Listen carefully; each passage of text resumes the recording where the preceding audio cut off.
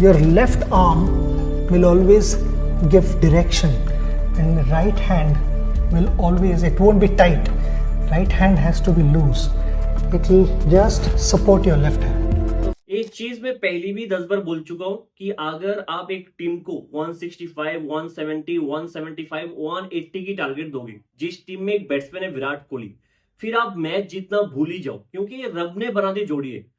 बहुत बैट्समैन आया है, बहुत बैट्समैन गया है, लेकिन विराट कोहली का जो सक्सेस रेट है 170, 175, 165, 180 की टारगेट चेस करते हुए, वो सक्सेस रेट कोई मैच कर ही नहीं पाएगा। इतना पेशेंस, इतना मैच्योरिटी इस बैट्समैन पे T20 पे आज के दिन जहां पे सब रश करता है। फिर मैं सोचता हूं कि क्यों पिछले 5 साल से टेस्ट मैच पे ये वाला पेशेंस नजर नहीं आ रहा है। आउटस्टैंडिंग बैटिंग यार, मतलब ऑलमोस्ट कंफर्म है। हर एक मैच में आके यही कहता हूँ, हर एक वीडियो पे यही कहता हूँ कि अगर आप 170, 175 का टारगेट दोगे आरसीबी को, जहां पे विराट कोहली, आप मैच जीत ही नहीं पाओगे। 99% चांस है कि आप मैच हार ही जाओगे, क्योंकि विराट कोहली इतना लंबा इनिंग्स उनके कंफर्ट जोन में रह के खेल जाएगा कि आप वो मैच निकाल ही नहीं पाओगे। ठीक है, आउटस्टैंडिंग बैटिंग किया कोहली ने। एक चीज जो मैं इधर कहना चाहूंगा, जो शायद थोड़ा बहुत डिबेटेबल हो सकता है, लेकिन इस आईपीएल में अक्षर पटेल, जडेजा से कृणाल पांड्या का परफॉर्मेंस बहुत बहुत आगे है, बहुत बहुत बेटर है। मैं इन तीनों को इसलिए कंपेयर कर रहा हूं क्योंकि तीनों सेम स्किल सेट लेके आते हैं। लेफ्ट आर्म ऑर्थोडॉक्स, फिर बैटिंग करते हैं लोअर मिड ऑर्डर पे। अगर आप अक्षर पटेल का स्टैट्स देखो इस साल आईपीएल में, बैटिंग से 27 का एवरेज, 156 का स्ट्राइक रेट, बॉलिंग से 75 का एवरेज अक्षर पटेल का इस साल, सिर्फ 3 विकेट लिया, 75 का एवरेज। जडेजा का बैटिंग एवरेज 27, स्ट्राइक रेट है 126 का, बॉलिंग एवरेज है 31, 6 विकेट लिया जडेजा ने अभी तक। ठीक है, कृणाल पांड्या 13 विकेट्स ले चुका है, सिर्फ 21 का एवरेज। और बैट से भी अगर आप देखो, इन दोनों की तरह, अक्षर और जडेजा की तरह, वो कभी ऊपर नहीं आता था। ठीक है, वो थोड़ा नीचे आ रहा था जब आरसीबी की बैट्समैन आके हर एक कोई अच्छा कर रहा था, ऊपर से उसको आके बस बैट घुमाना पड़ता था। ठीक है, कल फाइनली एक ऐसा मैच आया, एक ऐसा मूवमेंट आया जहां पे उसको ऊपर प्रमोट किया गया, जहां पे टीम का हाल बहुत ही खराब था। 3 विकेट बहुत जल्दी गिर गया था, और अगर उधर से और एक विकेट गिरता तो प्रेशर पे आकर उसके बाद आपके पास एक फॉरेनर बैट्समैन था, जीतेश शर्मा था, कुछ भी हो सकता था। लेकिन कृणाल पांड्या उस पोजीशन में आके जो बैटिंग करके गया है, 47 बॉल पे 73 नॉट आउट, विराट कोहली से बेटर बैटिंग करके गए। आउटस्टैंडिंग परफॉर्मेंस है कृणाल पांड्या के इस आईपीएल में। मतलब एक जो शॉट कल उसने लगाया था, किसका ओवर था, कुलदीप का ओवर था शायद, कुलदीप का लास्ट ओवर था, इनसाइड आउट फ्रंट फुट पे छक्का मारा है एक्स्ट्रा कवर के ऊपर से। क्या शॉट था यार, मतलब विराट कोहली शॉट था कि क्या शॉट मार जाता नहीं। जब जब लगा कि रिकॉर्ड रनर के एक प्रेशर बन रहा है, एक मुकेश का ओवर आया था जहां पे एक साथ 2 छक्का मार दिया कृणाल ने, एक पुल पे छक्का, एक स्ट्रेट डाउन द ग्राउंड छक्का। आउटस्टैंडिंग बैटिंग किया मेरे हिसाब से कृणाल पांड्या, क्योंकि मतलब तीनों कॉम्पिटिटर है एक हिसाब से, तो मेरे हिसाब से कृणाल तो इन दोनों से बहुत आगे इस आईपीएल में अभी तक, बैट और बॉल दोनों से मुझे लगता है कि बहुत ज्यादा। और मैं ये सोच भी रहा था, मैं शायद आईपीएल से पहले ये कह भी रहा था कि आप कृणाल पांड्या को एज ए अक्षर पटेल की तरह एज ए फ्लोटर यूज कर सकते हो इस आईपीएल में। हालांकि जरूरत नहीं पड़ा, आरसीबी को कल पड़ा था, और कल उसने बहुत अच्छा बैटिंग किया, बहुत ही मैच्योर्ड बैट्समैन है। और एक चीज मैं पहले भी बोल चुका हूँ, पिछले वीडियो में शायद कहा था कि हेजलवुड की बाद अगर आरसीबी का सेकंड बेस्ट बॉलर इस सीजन में कोई है, this is not Bhuvneshwar Kumar, this is Krunal Pandya. Outstanding batting किया है कल। एक चीज का सबको इंतजार था, सबको लगा था कि जो सेलिब्रेशन केएल राहुल ने आरसीबी को हरा के चिन्नास्वामी में किया था, वो शायद विराट कोहली रिक्रिएट करेगा अरुण जेटली स्टेडियम में, जो उनका होम ग्राउंड है। लेकिन विराट कोहली 18th ओवर पे आउट हो जाता है। अगर थोड़ा बहुत और खींच जाता और एक ओवर, तो शायद फॉर श्योर वो सेलिब्रेशन विराट कोहली कर लेता। ठीक है, हालांकि मजाक में बाद में किया है, लेकिन बैड लक की वो पहले आउट हो गया है। एनीवे, शुरू करते हैं। रजत पाटीदार टॉस जीत के फील्डिंग लेते हैं। हालांकि अक्षर पटेल टॉस पे कहता कि अगर वो टॉस जीता वो पहले बैटिंग ही करता। फैफ डुप्लेसिस वापस आ गया था दिल्ली की प्लेइंग 12 में, और आरसीबी के लिए शायद फिल सोल का तबीयत ठीक नहीं था, कुछ बुखार है उसको, उसकी जगह जेकब बेथेल ने डेब्यू किया। ठीक है, अभिषेक पोरेल ने बहुत ही धुआंधार स्टार्ट दिया, मतलब भुवनेश्वर कुमार के सेकंड ओवर में शायद 17 रन वो अकेले मार दिया था।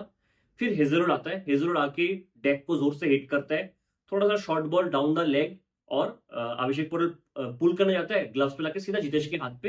हालांकि डाउन द लेग बॉल था, इतना अच्छा बॉल नहीं था, लेकिन उस बॉल से आपको ये बात तो पता लग जाना चाहिए था कि एक पिच 2 पेज पीछे। ठीक है, तो अगर आप जिस स्पीड से एक्सपेक्ट करो हर एक बॉल, उस स्पीड से शायद आपके बैट पे नहीं आएगा, कुछ बॉल रोक के आ रहे, उससे साफ साफ पता लग गया था। अगर आप अभिषेक पोरेल का पुल देखो, पहले ही खेल गया था, बॉल बाद में आया है, वो भी जब हेजलवुड ने बहुत ही जोर से पिच पे बॉल को हिट किया था। ठीक है, तो अगेन हेजलवुड आता है, विकेट जाता है। हालांकि मेरे हिसाब से पोरेल ने अच्छा स्टार्ट दिया था, 11 बॉल पे 28। अगले ओवर यास दयल का वो ओवर तो आता है, back of the leg delivery, जो एंगल करके बाहर जाता है, शायद मिड विकेट से पुल करने का इरादा था, करुण नेर का सीधा खड़ा कर देता है, उधर वो आउट होता है। पावर प्ले में 52 फॉर 2 सही था पावर प्ले मेरे हिसाब से इस पिच के हिसाब से, लेकिन उसके बाद फैफ डुप्लेसिस और केएल राहुल इतना स्लो खेलता है। मैं मानता हूं कि पिच शायद इतना अच्छा नहीं था बैटिंग के लिए, लेकिन उतना स्लो खेलना फिर भी नहीं बनता है। उनके बीच जो पार्टनरशिप हुआ है 31 बॉल पे 28, मतलब इतना स्लो खेलना आप एफर्ट नहीं कर सकते हो कि आपका जो पार्टनरशिप है 31 बॉल पे ऑलमोस्ट 5 ओवर का पार्टनरशिप में आप रन बॉल से नीचे चले जाओ, ठीक है। फिर आता है कृणाल पांड्या आने का मतलब है इस साल आईपीएल में वो विकेट तो लेके जाएगा ही जाएगा। कृणाल पांड्या आता है, फैफ डुप्लेसिस आउट, बहुत ही बढ़िया टेस्ट नॉक खेल के गया 26 बॉल पे 22, और फैफ एक भी मोमेंट पे कंफर्टेबल नहीं लगा, एक भी मोमेंट पे कंफर्टेबल नहीं लगा। 14th ओवर हेजलवुड का, हालांकि अक्षर पटेल आया था, अक्षर पटेल आके कृणाल को एक छक्का भी मारा था, तो लगा शायद इधर से इनिंग्स को अच्छे से पेस अप कर सकता है, लेकिन दिल्ली की इनिंग्स का यही प्रॉब्लम रहा है, एक भी बार पार्टनरशिप ठीक से बिल्ड नहीं हुआ। जब जब लगा कि पार्टनरशिप बिल्ड होने वाला है तब तक ये विकेट गिरे, ठीक है। फिर से हेजलवुड आता है, लेंथ बॉल पे अक्रॉस द लाइन खेलने जाता है Axar Patel, clean bowled. 15th over Suyash Sharma का लास्ट ओवर सिर्फ 4 रन देते हैं। सुयश कल के दिन 4 ओवर पे सिर्फ 22 रन देते हैं, हालांकि विकेट नहीं मिला, लेकिन आउटस्टैंडिंग बॉलिंग किया है। कृणाल पांड्या अपने लास्ट ओवर पे सिर्फ 9 रन देते हैं, वो 4 ओवर पे 28 रन देते हैं सिर्फ, और एक विकेट, ठीक है। 17th ओवर भुवनेश्वर कुमार का, जहां पे स्लोअर वन था, हालांकि सिम के साथ वो स्लोअर वन था और ऑलमोस्ट बैट के नीचे था बॉल, जो एलिवेशन शायद केएल राहुल को मिलना चाहिए था वो मिला नहीं। 123 किलोमीटर पर आवर का स्पीड था, सीधा लॉन्ग ऑफ के हाथ में मारता है, 39 बॉल पे 41। और केएल राहुल का होता है, ठीक है, कभी कभी गलती से वो ओरिजिनल फॉर्म पे वापस आ जाता है। मैं मानता हूं कि शायद वो पिच इतना इजी नहीं था बैटिंग के लिए, लेकिन इससे बेटर शायद केएल राहुल बैटिंग कर सकता था मेरे हिसाब से, जहां जहां उसको स्पिन को एटलीस्ट अटैक करना चाहिए था, क्योंकि स्पिन के अगेंस्ट इस पूरे सीजन में उसने बहुत अच्छा बैटिंग किया है। उसने उधर भी अटैक नहीं किया, शायद ये डर से कि ये पिच 2 पेज है, शायद मुझे एंड तक खेलना पड़ेगा, मैं सेट बैट्समैन हूं, फिर स्टब्स आके मारेगा, शायद ये सोचता, और ये सोचते सोचते बहुत ही लेट हो गया मेरे हिसाब से। और अगर जब आप इतना टाइम लेते हो ना, फिर आपको मेक श्योर करना पड़ता है आप एंड तक खेलो और एंड तक आपके स्ट्राइक रेट को बढ़ा के जाओ, जो हुआ नहीं केएल राहुल से, ठीक है। हालांकि मैं ज्यादा ब्लेम नहीं करूंगा, ये साल बहुत ही अच्छा एडजस्ट किया अपने आप से, अच्छा बैटिंग किया, ठीक है। उसी ओवर पे, क्योंकि आशुतोष ऐसा एज एन इंपैक्ट बैट्समैन, 124 की स्पीड से और एक लेग कटर और एक स्लो रन, आउटस्टैंडिंग डिलीवरी था। आशुतोष पूरे पेस से रिसीव हो गया, बहुत पहले शॉट खेल गया था, मतलब बॉल ऑलमोस्ट 1 घंटे बाद ही आया, ठीक है, फिर वो बोल्ड हो गया। आउटस्टैंडिंग ओवर था वो भुवनेश्वर कुमार का। 18th ओवर हेजलवुड का, जहां पे हेजलवुड 17 रन खाया था, स्टब्स ने बहुत अच्छा बैटिंग किया। 19th ओवर यश दयाल, जहां पे यश दयाल एक नो बॉल डाला था। मैं एक स्टैट्स देख रहा था इस साल, कल का जो नो था यश दयाल का, वो पहला नो बॉल था आरसीबी के बॉलर्स का इस साल आईपीएल में। I mean this is some outstanding discipline, अगर पहला नो बॉल है, कितना 10 मैच हो गया आरसीबी का शायद, 10 मैच खेलने के बाद, I mean this is some brilliant bowling, ठीक है। उस ओवर पे स्टब्स ने बहुत मारा है, 19 रन उस ओवर से, तो 18 और 19 ओवर में बहुत रन पड़ गया था, हालांकि टोटल फिर भी कमी था। स्टब्स कुछ बेहतरीन शॉट्स खेले, जो स्ट्रेट ड्राइव खेला यश दयाल को, आउटस्टैंडिंग शॉट था, एक रिवर्स को पे छक्का मारा था। फिर इसलिए मैं सोचता हूँ कि स्टब्स को ये लोग ओडीआई में नहीं खिलाते, लेकिन टेस्ट में खिलाता है, क्योंकि वो जो कुछ शॉट्स मारता ना, देख के लगता कि उसके टेक्निक भी बहुत अच्छा है। कल आके उसको जो पहला शॉट था वो स्ट्रेट ड्राइव कवर ड्राइव मारा था, हालांकि सिंगल ही मिला था, रनआउट का मौका भी था शायद, रजत पाटीदार वो फील्डर था कवर पे, वो भी बेहतरीन फुटबॉल था, ठीक है। तो स्टब्स ने अच्छा बैटिंग किया था, लेकिन लास्ट ओवर आता है भुवनेश्वर कुमार। अब लास्ट ओवर पे एक चीज होता है, क्योंकि स्लो ओवर रेट के लिए पेनल्टी लगा था, तो एक फील्डर अंदर था, मतलब 4 ही फील्डर बाहर था, फिर भी भुवनेश्वर कुमार को फर्क ही नहीं पड़ा यार, वो आया स्टब्स को आउट कर दिया। भुवनेश्वर कुमार पहले 2 ओवर पे 25 रन दिया था, एक भी विकेट नहीं लिया था, जहां पे अभिषेक पोरल ने उसको बहुत मारा था। पहले 2 ओवर पे 25, अगले 2 ओवर पे सिर्फ 8 रन, जो डेथ पे 2 ओवर डाला है भुवनेश्वर कुमार ने, उसमें सिर्फ 8 रन और 3 विकेट, मतलब भुवनेश्वर कुमार कम से कम इस टोटल से 15-20 रन बचा के गया है लास्ट के 2 ओवर पे, जो शायद इस मैच पे बहुत ज्यादा इंपैक्ट डाल के गया है। अगर ये टारगेट 175-180 होता तो मैच बहुत ही डिफिकल्ट हो सकता था आरसीबी के लिए, क्योंकि पिच इतना भी आसान नहीं था। मतलब आउटस्टैंडिंग कमबैक था भुवनेश्वर कुमार का, जो लास्ट 2 ओवर पर उन्होंने किया है, 162 पर 8, एक स्टब्स को छोड़ के मुझे लगा किसी ने भी अच्छा बैटिंग किया, ठीक। अब आरसीबी चेस करने आता है जेकब बेथेल और Virat Kohli, new opening partner. मुझे सही लगा कि जेकब बेथेल को ओपनिंग में भेज दिया, कि आप जो उनकी आपके सेटल्ड नंबर्स हैं आप उनको डिस्टर्ब नहीं कर रहे हो। अक्षर पटेल आता है, एक बहुत ही खराब बॉल डालता है, short ball down the leg, Jacob Bethell pull करने का ही बॉल था, बस टाइम नहीं कर पाए, सीधा डीप स्क्वायर लेके हाथ पे मारते करुण नेर, वो फील्डर था, बहुत अच्छा कैच था करुण नेर का। उसी ओवर पे एक आर्म बॉल डालता है बहुत ही तेजी से, if I am not wrong शायद 100 किलोमीटर पर आवर का स्पीड था, जहां पे देवदत्त पडिक्कल, क्योंकि उसका फॉर्म अच्छा है, शायद उसको लगा कि अरुण जेटली स्टेडियम में पिच बेटर होगा, वो थोड़ा सा खड़े बैकफुट पे उसको कट करने गया था, जहां पे उसका प्लेडन हो गया, क्योंकि पिच अगर 2 पेज है तो बिल्कुल आसान नहीं होता कि आप इस तरह के शॉट खेल जाओ, और आपको रन मिल जाए, क्योंकि पिच बिल्कुल फ्लैट नहीं था। उधर 2 विकेट आ गए तो लगा कि मैच फंस जाएगा। अब आता है रजत पाटीदार। रजत पाटीदार को समझ में नहीं आया कि वो कब रन आउट हो गया। करुण नेर का आउटस्टैंडिंग थ्रो था, आउटस्टैंडिंग थ्रो। शायद करुण नेर इस आईपीएल में शायद उसका दूसरा रनआउट है वो डायरेक्ट हिट पे।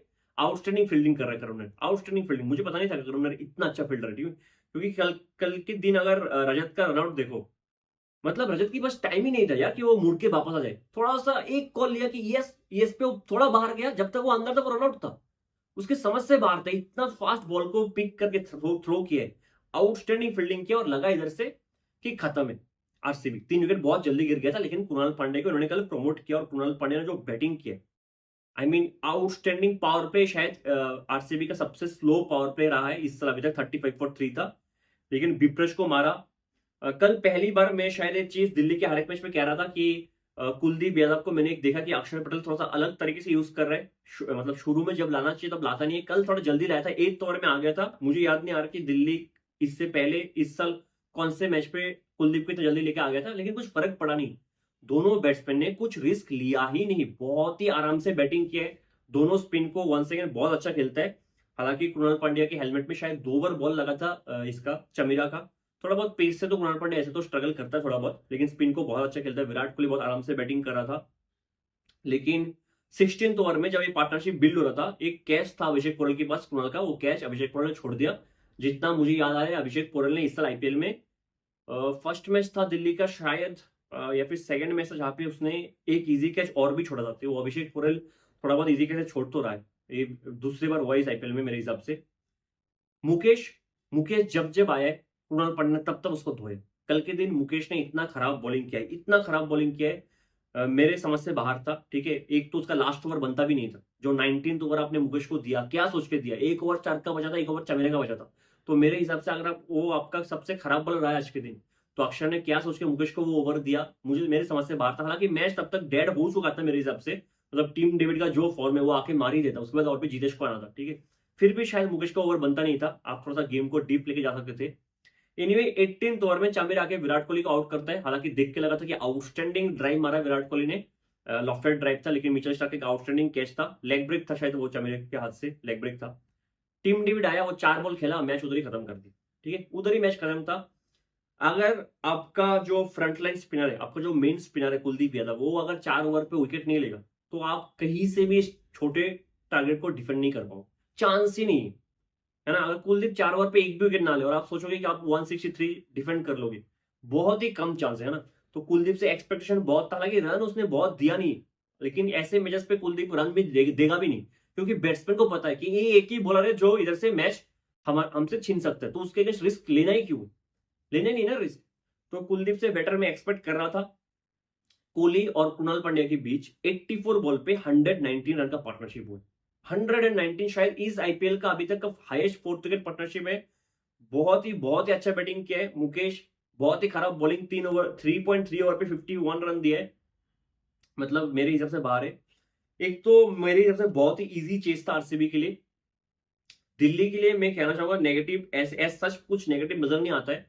एक शायद करुण ने थोड़ा सा, मुझे ऐसा लगता है रश पे है, ये चीज मैंने पहले भी कहा था, थोड़ा सा खुद को टाइम दे सकता है थोड़ा और भी, है ना, कि थोड़ा सा पिच को समझो, थोड़ा देखो, आगे अपना शॉट मत खेलो।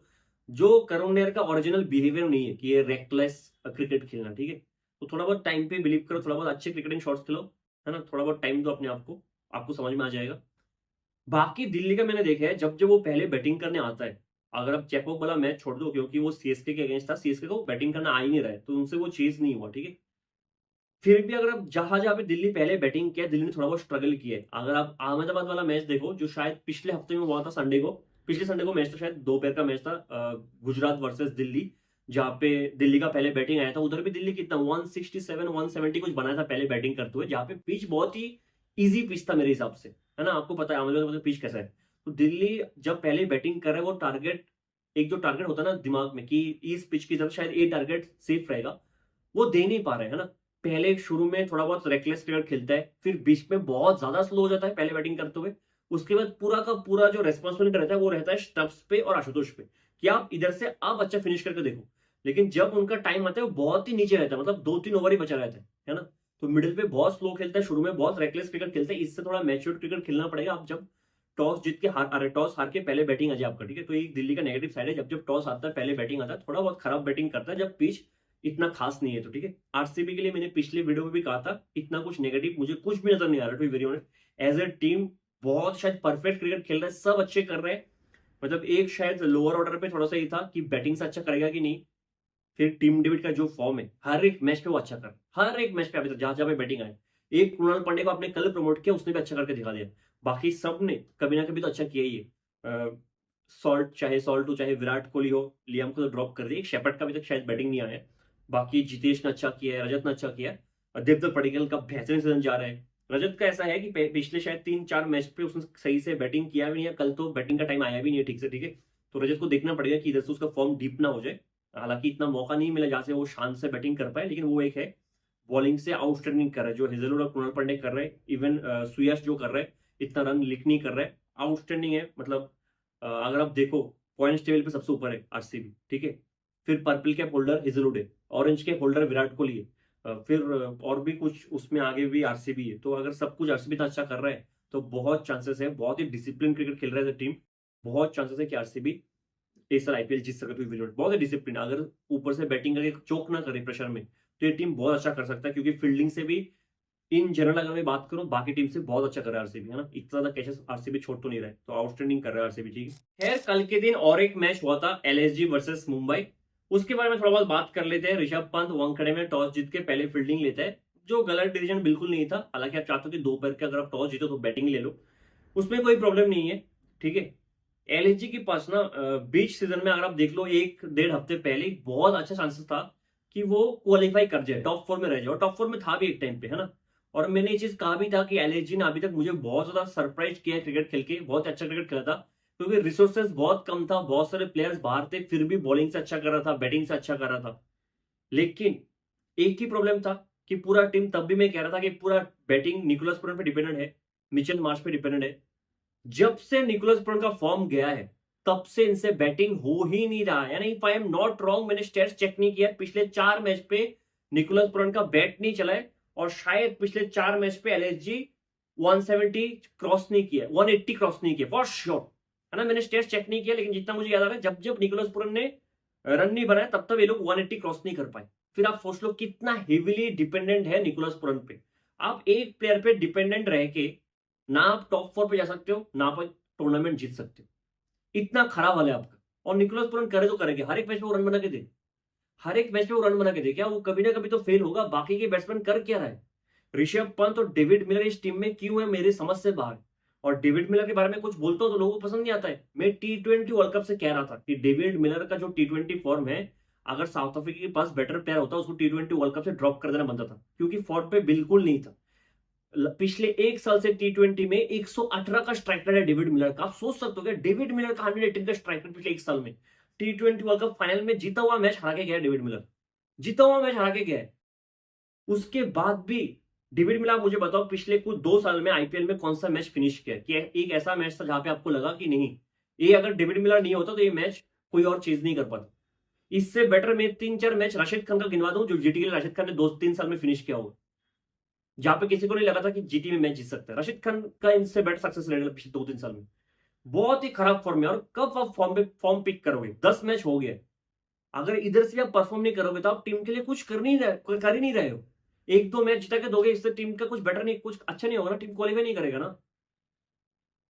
मतलब एक ही है, मार्श पूरन, ये अच्छा कर ले तो ठीक है, एक मार्करम भी है, वो 3 अच्छा कर ले तो ठीक है। आयुष बदुनी अपना काम बहुत सही से कर रहा है, उस पर तो मैं कभी सवाल कर ही नहीं पाऊंगा। वो जो कर रहे हैं, वो जिस तरीके का प्लेयर है वो अपना रोल बहुत सही से ये कर रहे हैं। और ऋषभ पंत पे मैं आना ही नहीं चाहता हूं, आना ही नहीं चाहता हूं, बैटिंग आता ही नहीं उसको, क्यों है इस टीम में, मेरे समझ से बाहर है।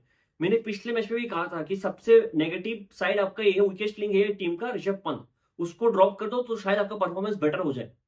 10 मैच पे 12 का एवरेज है इस साल ऋषभ पंत का, 10 मैच पे 12 का एवरेज, मतलब क्या है, ऑलमोस्ट हर एक मैच पे 1 रन बनाते मान लेते, हर एक मैच पे ऑन एवरेज 1 रन बना रहा ऋषभ पंत। स्ट्राइक रेट है 98 का इस साल, 98 का स्ट्राइक रेट T20 में। आप सोच सकते हो क्या इतना स्ट्राइक रेट उसका इसमें भी रहता है, टेस्ट मैच पे रहता है उसका।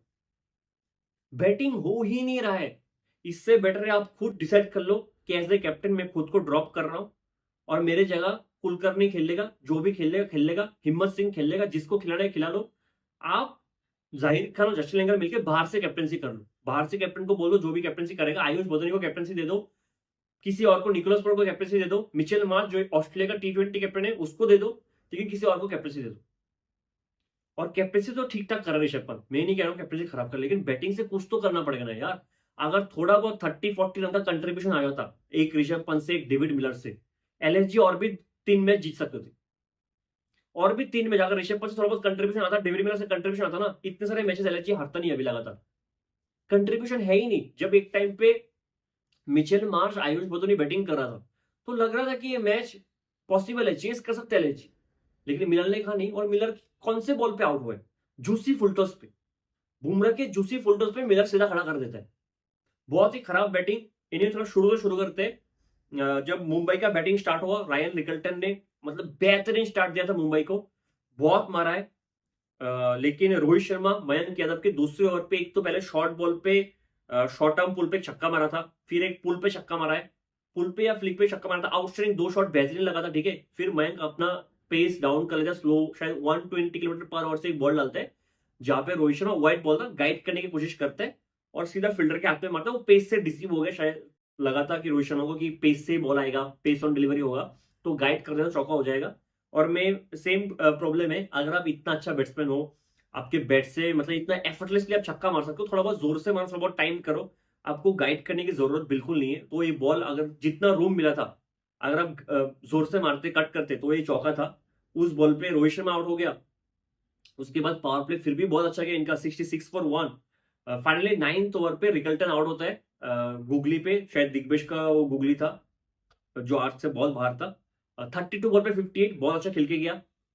फिर थोड़ा बहुत विकेट गिरे, हार्दिक चलानी है, लेकिन सूर्या ने बीच में बहुत अच्छा बैटिंग किया, ठीक है। तिलक चलानी है, मयंक का शायद 4 ओवर 16 ओवर पे खत्म करवा दिया ऋषभ पंत ने, ठीक है। शायद प्लान नहीं था कि दिग्विश का जो 1 ओवर है वो सूर्या के सामने, तिलक के सामने या फिर हार्दिक के सामने नहीं लाऊंगा, दिग्विश को लास्ट में बॉल दूंगा, मयंक को पहले बॉल देता हूं, मयंक आके अगर आउट कर दे बड़े बड़े बैट्समैन को तो शायद हम थोड़ा बहुत रन कम कर सकते हैं, जो अच्छा किया भी था। लेकिन दिग्विश का जो 19th ओवर था, जहां पे नमंदिर था, नमंदिर कम है क्या? नमंदिर अच्छा बैटिंग करता है, हालांकि ये सीजन उतना खास अभी तक गया नहीं है। नमंदिर ने कुछ बेहतरीन शॉट्स खेला है, जो एक टाइम पे लगा था हार्दिक के आउट होने के बाद, सूर्या के आउट होने के बाद, कि शायद ये टोटल 200 से पहले एलएसजी रोक पाएंगे, रोक नहीं पाया, ठीक है। 215 बनाता है, जहां पे नमंदिर 11 बॉल पे 25, और दिग्विजय जितना रन कल के दिन देता है, शायद उसके अभी तक आईपीएल करियर का सबसे ज्यादा रन उसने दिया कल के दिन, ठीक है। फिर एलएसजी का बैटिंग आता है। मार्करम पहले 2 ओवर पे अच्छा खासा बैटिंग किया था, एक दीपक चार का ओवर था, एक ट्रेंड बोल्ट का ओवर था, जहाँ पे एक बेहतरीन कवर ड्राइव खेला था, एक कट पे चौका मारा था, आउटस्विंग था। फिर बुमराह आ जाता है, ठीक है। वो कौन सा ओवर था, शायद 3rd ओवर पे बुमराह आ गया था, if I am not wrong. Power play में 2 ओवर बुमराह लगा, शायद 3rd ओवर था या 4th ओवर था, 3rd ओवर था शायद बुमराह का, जो भी है। बुमराह आता है और पहले 3 बॉल अगर आप देख लो, मार्करम जिस तरह से बैटिंग की, वो स्ट्रगल कर रहा था। अगर आप बॉल देखो, मतलब अगर बॉल के कैलिबर से मेजर करो, बॉल अच्छा था, लेकिन इतना खास नहीं था कि मतलब मेरा दिमाग ही घूम जाए। तो मार्करम मुझे लगा वो बुमराह के रेपुटेशन को खेल रहा है, कि ये बुमराह है, मैं बुमराह को फेस कर रहा हूं, ये रेपुटेशन से खेल रहा था। अगर आप बुमराह को जस्ट ऐसे ट्रीट करते कि he is just another bowler, मैं बॉल की कैलिबर से खेलूंगा, बॉल अच्छे तो मैं ऐसे गाइड करूंगा, मतलब बॉल आके उसके एल गार्ड पे लग रहा है, कभी टम्मी पे लग रहा है, वो बहुत ही स्ट्रगल कर रहा था, वो सिर्फ बुमराह के रेपुटेशन को खेल रहा था। और फिर चौथे 3 डॉट बॉल खेले था, चौथे बॉल पे सीधा स्क्वायर लेग के हाथ पे, डीप स्क्वायर लेग के हाथ पे मार रहे थे, नमंदिर शायद वो फील्डर था। तो मार्करम, अगर बुमराह नहीं आता तो आउट नहीं होता, और ना ही उतने खास खास बॉलिंग था उस ओवर में बुमराह का, जहां पे मार्करम इतना डर डर के खेला है, ठीक है। कल के दिन हार्दिक पांड्या का बॉलिंग रोटेशन बहुत ही अच्छा था। पावर प्ले का लास्ट ओवर दीपक चाहर का, उसमें निकोलस पुरन ने बेहतरीन बैटिंग किया, 3 छक्का लगातार मारा था। पावर प्ले उनका भी अच्छा किया था, 60 फॉर 1। लेकिन जैसे ही पावर प्ले खत्म हो गया, आ गया था विल जैक्स। विल जैक्स मुझे बहुत फनी लगा इस साल उसका रोल, कि वो शायद इस साल मुंबई के लिए बॉलर है जो नंबर 3 पे बैटिंग कर सकता है, रदर देन की बैट्समैन है जो कभी आके 1-2 ओवर डाल के दे सकता है। जो आरसीबी के विल जैक्स था, वो बैट्समैन था जो कभी कभी आपको 1-2 ओवर दे सकता है, जहां पे थोड़ा बहुत बॉल टर्न हो रहा है। जो मुंबई के लिए विल जैक्स है, वो बॉलिंग करके दे सकता है 2-3 ओवर, है ना। और अगर आप चाहो तो बैटिंग करके दे सकता है, अलग है, डिफरेंट रोल, ठीक है। हालांकि मैं मानता हूं कि बैटिंग से उसने इतना खराब नहीं किया। हाँ, शायद उसका जो लेवल है उस स्टैंडर्ड के हिसाब से इतना खास बैटिंग नहीं किया जो अटैकिंग क्रिकेट खेलना चाहिए, जो मैंने लास्ट मैच पे भी कहा था, लेकिन सॉलिड 29-30 रन वो बना के जा रहे हैं, ठीक है। और बॉलिंग से बहुत अच्छा कर रहा है। उस ओवर पे पहले उसने निकोलस पुरन को आउट कर दिया, जहां पे सूर्या का एक बेहतरीन कैच था। फिर आया ऋषभ पंत, जिसको बैटिंग बिल्कुल नहीं आता है, आया है और गया है, ठीक है। मैच ऑलमोस्ट उधर ही खत्म था। आयुष बदले और मिचेल मार्श ने बहुत ट्राई किए, लेकिन कितना ट्राई कर लेते। जब मिचेल मार्श आउट हुआ, फिर आयुष बदले आउट हुआ, मैच खत्म था, ठीक है। डेविड मिलर जूसी फुल्टर्स पे आउट हो गया। रवि बिश्नोई बुमराह को छक्का मारा है। क्या आउटस्टैंडिंग शॉट था यार। बुमराह को छक्का कौन मार पाता है? बहुत कम, मैंने तो बहुत कम देखे। बुमराह को रवि बिश्नोई छक्का मार रहा है। रवि बिश्नोई बैट से थोड़ा बहुत इंप्रूव तो किया है। मतलब थोड़ा बहुत अगर ऋषभ पंत विष्णु से सीख ले बैटिंग तो भी चलेगा। अगर कुछ तो रन बना लो यार। इनसे ज्यादा कॉन्फिडेंस ना मुझे शार्दुल ठाकुर जी के साथ है। मैं लिख के सकता हूँ, अगर बाकी 4 मैच पे शार्दुल ठाकुर को आप 4 नंबर पे भेजोगे ऋषभ पंत की जगह, शार्दुल ठाकुर ऋषभ पंत जितना रन अभी तक बनाया पूरे टूर्नामेंट में, शार्दुल ठाकुर 4 मैच बना के दे देगा आपको। एक बार शार्दुल ठाकुर पे भरोसा करके उसको 4 नंबर पे भेजो, सिर्फ एज ए बैट्समैन उसको खिलाओ। जो ऋषभ पंत ने अभी 10 मैच पे बनाया ना, शार्दुल ठाकुर 4 मैच पे इससे ज्यादा रन बना के देके जाएगा, ठीक है। तो एलआईजी की बहुत ही खराब परफॉर्मेंस, मतलब होगा नहीं। मतलब वही है फिर कि निकोलस पुरन आके फिर से वो फॉर्म दिखाए, वो एक जायंट की तरह बैटिंग करे, मार्श अच्छा करे जो पहले कर रहे थे। मतलब ओपनिंग पे 2 प्लेयर, मार्करम मार्श, फिर नंबर 3 पे निकोलस पुरन, ये 15-16 ओवर खेल जाए तभी एलआईजी कुछ कर सकते, वरना एलआईजी से कुछ नहीं हो, मुझे ऐसा लगता है, ठीक है। क्योंकि 10 मैच हो गए, उसके बाद भी अगर आप रेस्पॉन्सिबिलिटी नहीं ले रहे हो as a captain, as one of the best finisher in the T20 David Miller, तो कब करोगे यार। बहुत ही डिसअपॉइंटिंग परफॉर्मेंस है। मिलते हैं अगले वीडियो में, जब तक के लिए जय हिंद।